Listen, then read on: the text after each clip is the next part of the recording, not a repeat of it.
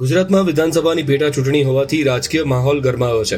કડી અને વિસાવદર બેઠક ઉપર યોજાનારી આ પેટા ચૂંટણી પહેલા આમ આદમી પાર્ટી અને કોંગ્રેસ વચ્ચે રાજકીય શાબ્દિક યુદ્ધ શરૂ થયું છે.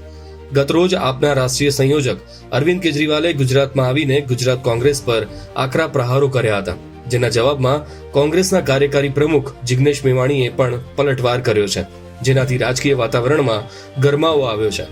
આપે કડીમાં જગદીશ ચાવડાને અને વિસાવદરમાં ગોપાલ ઇટાલિયાને ઉમેદવાર જાહેર કર્યા છે. ગતરોજ વિસાવદર વિધાનસભા બેઠક પર ગોપાલ ઇટાલિયાએ ઉમેદવારી નોંધાવી હતી. ત્યારે ગુજરાતની મુલાકાતે આવેલા અરવિંદ કેજરીવાલે કોંગ્રેસ પર આકરા પ્રહારો કરતા કહ્યું કે કોંગ્રેસ ગુજરાતના લોકો માટે નહીં પણ ભાજપ માટે કામ કરે છે, ભાજપની નોકરી કરી રહી છે.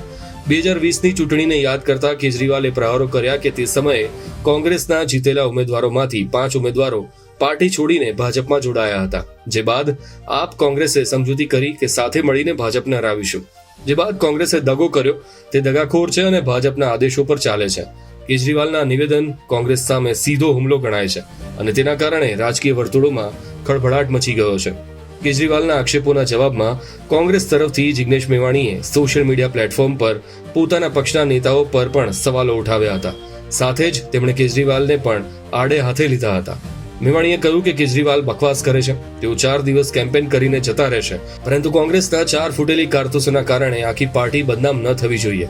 અમારા કાર્યકર્તાઓ હજુ પણ તાલુકા અને જિલ્લા કક્ષાએ ભાજપ સામે લડી રહ્યા છે. આ સાથે જ મેવાણીએ પોતાની પાર્ટીને ઉદ્દેશીને વધુમાં જણાવ્યું કે કોંગ્રેસની આંતરિક સમસ્યાઓને બહાર કાઢીને ઉકેલવી જોઈએ, જેથી પાર્ટી મજબૂત બને. વિસાવદર અને કડીની પેટા ચૂંટણીમાં ભાજપ, કોંગ્રેસ અને આપ વચ્ચે ત્રિપાંખીયો જંગ જામવાની શક્યતા છે. આપે ઉમેદવારોની જાહેરાત સાથે પ્રચારમાં આગળ નીકળી જવાનો પ્રયાસ કર્યો છે, જ્યારે ભાજપ અને કોંગ્રેસે હજુ ઉમેદવારોની જાહેરાત કરી નથી.